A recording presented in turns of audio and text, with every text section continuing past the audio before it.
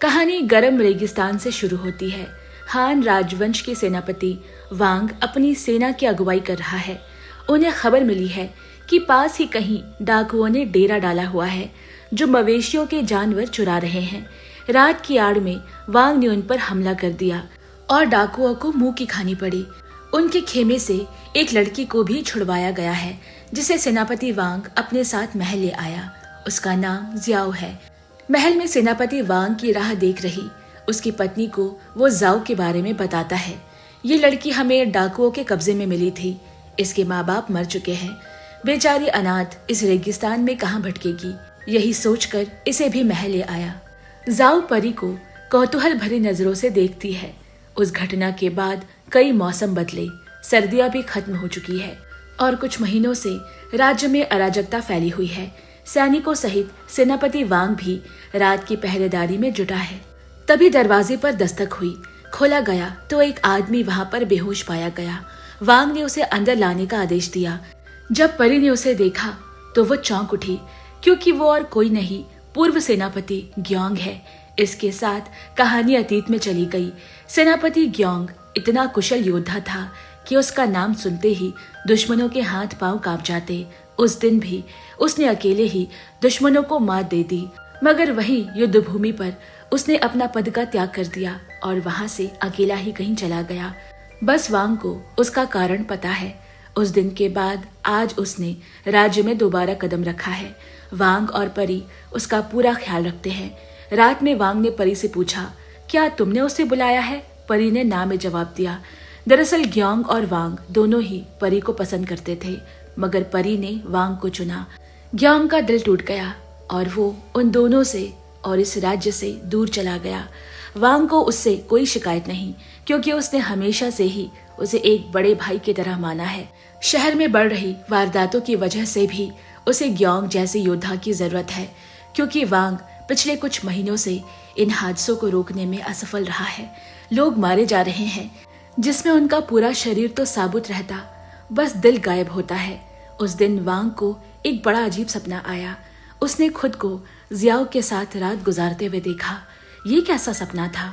हालांकि जियाओ बेहद खूबसूरत है, ऐसा एक भी दिल नहीं बन सकता जो कि उसे देखकर धड़का ना हो। मगर वांग अपनी पत्नी परी से बहुत प्यार करता है। किसी और औरत की तरफ देखना तो दूर, किसी के बारे में सोच भी नहीं सकता। रात के पहरे के लिए तैयार होते हुए चैन से सो रही परी को वांग ने जगाया नहीं, मगर उसकी मदद को ना जाने कहां से शाओ आ गई। वांग उसे देखकर थोड़ा बेचैन है, शायद अपने सपनों की वजह से। रात गहरी होती जा रही है। जियाओ को इंतजार है एक इंसानी दिल का। जियाओ दरअसल एक लोमड़ी की आत्मा है जो अपने इंसानी रूप को तरोताजा रखने के लिए इंसानी दिल का आहार लेती है, वरना वो सड़ने लगेगी। जिंग एक शैतान है जो जियाओ की खूबसूरती से आकर्षित होकर उसके पास आया था और अब उसकी गुलामी करता है। वो ही है जो शहर भर के लोगों का दिल चुराकर अपनी प्रेमिका के लिए लाता है, इस चाहत में कि कभी उसका दिल उस पर आएगा। मगर जियाओ को उससे कोई मोहब्बत नहीं। उसकी नजर तो पहले ही दिन से सेनापति वांग पर है, जो अपनी बीवी के अलावा उसकी तरफ आंख उठाकर भी नहीं देखता। जिंग बोला, तुम अपना समय बर्बाद कर रही हो यहाँ। मगर जियाओ को यकीन है कि कभी न कभी तो उसकी प्यार की आंच वांग के दिल को पिघला देगी। उसे उसी दिन का इंतजार रहेगा। ये हवा में तब्दीली परी को महसूस हो रही है, खासकर इसीलिए क्योंकि वो वांग के सबसे करीबी है। सुबह वो ग्योंग के पास बैठी है। उसे अभी तक होश नहीं आया है। ऐसा लग रहा है जैसे महीनों से नहीं सोया। वांग रात की गश्त लगाकर घर वापस आया। तुरंत जियाओ और बाकी दासियां उसके लोहे के कवच उतारने लगे। जियाओ एक भी मौका नहीं छोड़ती वांग के करीब आने का। उसकी जिद है कि वो वांग का प्यार जीतने के लिए जादू का इस्तेमाल नहीं करेगी, मगर वांग है कि उसकी नजर केवल परी पर रहती। अब ग्योंग के होश आते ही उन तीनों का आमना सामना होना बड़ी बेचैनी भरी है, जिसे दूर से ही जियाओ भाप सकती है। तभी ग्योंग उठकर बोला, मुझे अब चलना चाहिए। वांग को मालूम है कि उसे रोकना व्यर्थ है, वो रुकेगा नहीं। वो महल से निकलकर शहर की गलियों में आ गया, जहां पुराने सैनिकों ने अपने पूर्व सेनापति को पहचान लिया। उसे घेर कर उसका हाल खबर लेने लगे। ग्योंग यही पला बड़ा है। वो लोगों के हाव भाव से ही समझ जाता है कि कोई चीज उन्हें परेशान कर रही है और वो कुछ दिनों तक यहीं कहीं शहर में रहने का फैसला करता है। उसी शाम परी उससे मिलने आई। दोनों साथ पले बड़े हैं। परी को मालूम है कि वांग के अलावा कोई उसकी मदद कर सकता है तो वो ग्योंग ही है। वो बोली, मुझे लगता है मेरे घर में एक शैतान का वास है। कुछ महीनों पहले जब वांग एक युद्ध से वापस आया तो उसके साथ एक लड़की भी आई जो कहती है कि वो गांव कुन नाम के एक रेशम व्यापारी की बेटी है, मगर लालची लोगों ने उन्हें मारकर उसे डाकुओं के हाथ बेच दिया। उसका नाम जाओ है। वो मुझे अपनी बड़ी बहन की तरह मानती है। उसकी अदा इतनी मनमोहक है कि पुरुष हो या स्त्री सब उसके कायल है। फिर शुरू हुआ शहर भर में घटनाएं। हर रात सब डर से अपने घरों में दुबके रहते। सैनिकों ने भी डर कर पहरेदारी करनी छोड़ दी। गश्त लगाने वालों के अभाव में वांग अब खुद हर रात घर से बाहर रहता है ताकि शहर सुरक्षित रह सके, मगर कोई फायदा नहीं, क्योंकि हर रात किसी न किसी का दिल सीने से निकाल लिया जाता। धीरे धीरे लोगों को लगने लगा ये किसी इंसान का नहीं, शैतान का काम है। एक रोज एक व्यापारी की पत्नी हमारे शहर आई। वो अपने अलग ही अकड़ में थी, मगर जियाओ के सामने आते ही वो मोम हो गई। ये सब कैसे मुमकिन है, ये जानने मैं मंदिर के पुजारी के पास गई। मेरी बातें सुनकर उन्होंने कहा, मैं इसमें तुम्हारी मदद नहीं कर सकता, मगर कोई है जो तुम्हें उपाय बता सकता है। और अगले ही दिन मंदिर के सामने उनका मृत शरीर पड़ा मिला। उनके साथ भी वही हुआ। मैंने ये बात वांग से भी कही कि अगले दिन मैं जियाओ को लेकर मंदिर जाने वाली थी, लेकिन उससे पहले ही उन्हें किसी ने मार दिया। इतना सब कुछ कहने के बाद भी वांग को जियाओ पर जरा भी शक नहीं। उसे ये मेरा वहम लगता है। मैंने उसे ये भी बताया कि एक बार उसके हाथों में चोट लग गई थी, मगर अगले ही पल वो चोट वहां से गायब थी। मेरा मन रखने के लिए वांग मुझे और जाओ को साथ लेकर मंदिर गया, मगर जाओ को तो मंदिर में भी कुछ नहीं हुआ। ये देखकर वांग और निश्चिंत हो गया कि ये सब मेरे मन का भ्रम है। और नौबत यहाँ तक आ गई है कि वो महल के लोगों से घुलती मिलती जा रही है। हर किसी के मुंह में सिर्फ उसी का नाम है, यहाँ तक कि वांग के भी। मैंने तुम्हें कितने ही खत लिखे, मालूम नहीं तुम तक वो कभी पहुंचे भी या नहीं। मैं चाहती हूँ कि तुम समय रहते सच का पता लगाओ। वही सामने खड़ी एक लड़की ध्यान से उनकी बातें सुन रही है। परी को लौटने में थोड़ी देर हो गई। पहुंचकर उसने देखा कि रात के खाने की तैयारी पूरी हो चुकी है। पूछने पर पता चला सेनापति वांग आपकी गैर हाजिरी में नाराज हो रहे थे, इसलिए जाओ के कहने पर सारा इंतजाम किया गया है। परी ने मन ही मन सोचा, आज तक उसकी अनुमति के बिना रसोई का एक भी चीज इधर से उधर नहीं होता था, और श्याओ के कहने पर इतना सब कुछ हो गया। उसने तो जैसे लोगों पर जादू कर दिया है। वांग ने परी से पूछा, इतनी देर तक कहाँ थी? वो सकपका गई। तभी तुरंत जाओ ने बात का बड़ी चतुराई से जवाब दिया, परी आपकी अच्छी सेहत के लिए वैद्य जी के पास गई थी, वहीं थोड़ी देर हो गई होगी। ये सुनकर वांग की चिंता तो दूर हो गई, लेकिन परी की बढ़ गई। उसे ऐसा लग रहा है जैसे जाओ उसकी जगह लेना चाहती है, और धीरे धीरे ऐसा होने भी लगा है। आज सारे नौकर उसकी बात सुनते हैं, कल को वांग भी सुनने लगेगा। वो अपनी दुश्चिंता किसी से कह भी नहीं सकती। अब रात के वक्त जाओ परी के पास आई और बोली, मैं जानती हूँ कि तुम ग्योंग से मिलने गई थी, बेफिक्र रहो, मैं ये बात किसी को नहीं बताऊंगी। अब जिंग जाओ को बता रहा है, तुम्हें वो चुड़ैल पकड़ने वाला आदमी तो याद होगा ना, जिसे हमने मारा था। सुना है उसकी पोती यहाँ शहर में आई है। ना जाने कब ये परिवार मेरा पीछा छोड़ेगा, उसे भी मार दो, जियाओ ने कहा। यहाँ ग्योंग दिल चुराने वाले शैतान की तहकीकात में लग गया। वो उन लोगों की कब्र पर गया जहाँ फिर से वही लड़की उसे छुपकर देख रही है, जो उस दिन भी छुपकर परी की बातें सुन रही थी। उसका नाम बिंग है। वो कहती है कि बेशक चुड़ैल और शैतान उसी तरह सच है जिस तरह इंसान होते हैं। मेरा पूरा परिवार यही काम करता है और मेरे जीवन का मकसद भी यही है। इसके बाद उसने एक जादुई मर्तबा निकाला जिसमें से एक बत्ती जल बुझ रही थी। वो भी यही इशारा कर रही है कि वो लोमड़ी की आत्मा यही इसी शहर में है। लेकिन ग्योंग को इस तरह की चीजों में भरोसा नहीं। उप सेनापति ने शहर का नक्शा दिखाते हुए कहा, ये सारी वारदात महल के आसपास के हिस्से में ही हुई है। हो ना हो आज रात भी यही हमला होगा। रात में बिंग भी वही महल के पास उस शैतान को पकड़ने का इंतजार करने लगी। तभी ग्योंग ने उसके पीछे से उस शैतान को हमला करते हुए देखा, मगर लाख कोशिश करने के बावजूद वो शैतान को पकड़ नहीं पाए।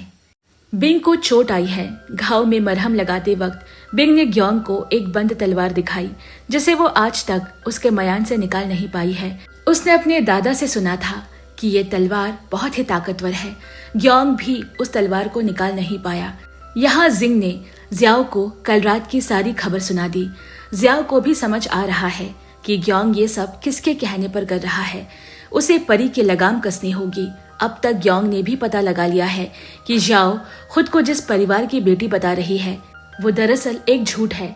ये खबर लेकर वो महल आया। साथ उपसेनापति और बिंग भी है। जब वांग के सामने ये बात रखी गई तो दूध का दूध और पानी का पानी करने के लिए वो सबको जियाओ के पास ले गया। अब जियाओ खुद की ही बनाई झूठी कहानी में फंस गई तो उसने एक और नई कहानी बुन डाली।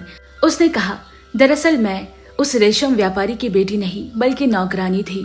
मुझे कोई यहाँ नीची नजरों से ना देखे, इसीलिए मैंने झूठ कहा।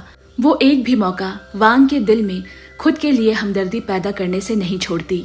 वांग और बाकी सभी को यही लग रहा है कि जियाओ के साथ जिंदगी में बहुत ज्यादती हुई है। हमें उसे और परेशान नहीं करना चाहिए। इसके बाद ग्योंग और वांग की अनबन हो गई।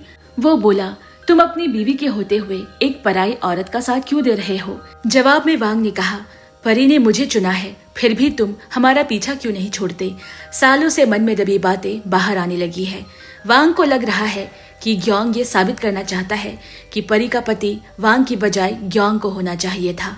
आखिर में बिंग को बोलना पड़ा, यहाँ एक लोमड़ी की आत्मा घूम रही है जो इंसानों के दिल के बिना ज्यादा समय तक जी नहीं सकती। इसीलिए शहर भर में लोगों के दिल गायब होने की घटनाएं हो रही है।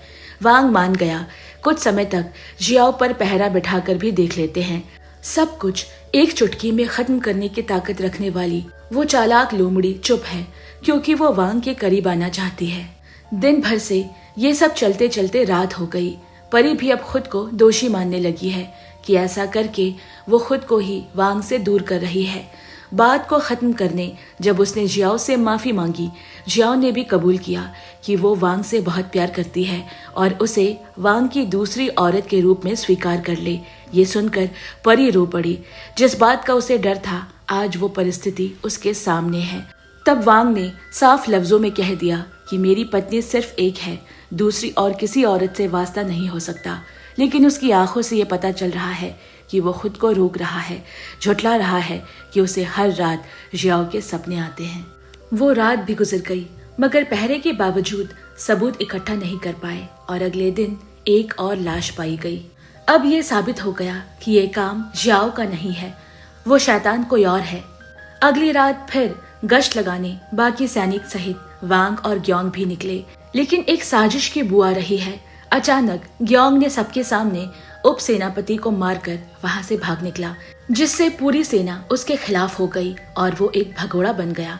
दरअसल वो शैतान जिंग है जो ग्योंग के भेष में आया था, मगर बिंग को अभी भी उस पर विश्वास है। यहाँ रात में फिर वांग को जियाओ का सपना आया, लेकिन इस बार वो उसके और करीब था। जैसे ये सपना उसे उसकी ओर बढ़ने के लिए उकसा रहा है। उसे कमरे में किसी की परछाई गुजरती दिखी। उसका पीछा करते वो बाहर आया तो उसे किसी के सिसकने की आवाज आई, जो कि शाओ है। वो रोते हुए कहने लगी, मैं यहाँ से कहीं दूर चली जाऊंगी। तुमने मुझे अपने प्यार के काबिल नहीं समझा। वो वांग की तपस्या देखकर चकित है। वो जितना उसे ठुकरा रहा है, उसके अंदर की तृष्णा और प्रखर होती जा रही है, यहाँ तक कि वो उसकी रखैल बनने को भी तैयार है। मगर वांग उसकी जादुई आवरण में खुद को पड़ने से रोक रहा है। वो पत्थर की तरह खड़ा है, जैसे उसके शरीर में दिल ही नहीं। इसके बाद जिंग फिर से जियाओ से मिलने महल आया। भले ही जियाओ ने उसे नहीं अपनाया, पर वो तो उसे प्यार करता है और सैनिकों ने उसे देख लिया। उसे वहां से भागना पड़ा। हर तरफ अफरा तफरी मच गई और इस बीच परी ने वांग को जियाओ के कमरे से निकलते हुए देखा। लेकिन यहाँ वांग को सबसे पहले परी का ख्याल आया और वो उसे बचाने के लिए भागा। पहली बार जादुई लोमड़ी को दुख का, तिरस्कार का एहसास हुआ।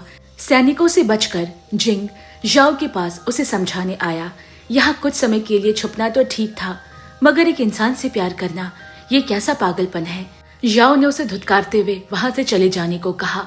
इधर कमरे में परी वांग से कह रही है, अब मुझे एहसास हो चुका है कि मुझसे ज्यादा भी कोई तुमसे प्यार कर सकता है, जो इतनी बेइज्जती के बाद भी यहाँ है। जब सारे मर्द दूसरी औरत रख सकते हैं तो तुम क्यों नहीं? वांग के समझाने के बावजूद वो झाओ के पास चली गई, मगर उसके कुछ कहने से पहले ही बदहवास यानी कि होशो हवास खो बैठी लोमड़ी की आत्मा ने अपना असली रूप दिखा दिया। उसने परी के सामने ही एक सैनिक का दिल निकाल कर खा लिया। परी बेहद डर गई, पर खुद के लिए नहीं, वांग के लिए। इसके बाद लोमड़ी ने परी से एक सौदा किया कि अगर वो वांग की सलामती चाहती है तो सबकी नजरों में उसे लोमड़ी की आत्मा बनकर आना होगा, और तभी जाकर वांग झाओ को कबूल करेगा। परी को यह सौदा भी मंजूर है, लेकिन उसने भी झाओ से वादा लिया कि इसके बाद वो किसी भी इंसान का दिल नहीं चुराएगी और पूरी ईमानदारी से वांग से प्यार करेगी। झाओ ने भी स्वीकार किया कि वो इंसानों की तरह अपनी जिंदगी जीकर वांग के साथ बूढ़ी होकर मर जाएगी। इसके बाद परी हंसते हुए उस जादुई प्याले को पी गई और बोली, झाओ, तुम्हें अंदाजा भी नहीं कि असली प्यार क्या होता है। अब वो सबके सामने आ गई। उसी के राज्य की सेना तलवार लेकर उसके पीछे पड़ गई। तब ग्योंग ने उसका साथ दिया। वो और बिंग सबसे बचाकर उसे दूर ले आए। बिंग बोली, ये उसी लोमड़ी की आत्मा का जादू है। जैसे जैसे ये और सफेद होगी, अंदर ही अंदर मरने लगेगी। शाओ का जादू उसके मरने के बाद ही खत्म हो सकता है।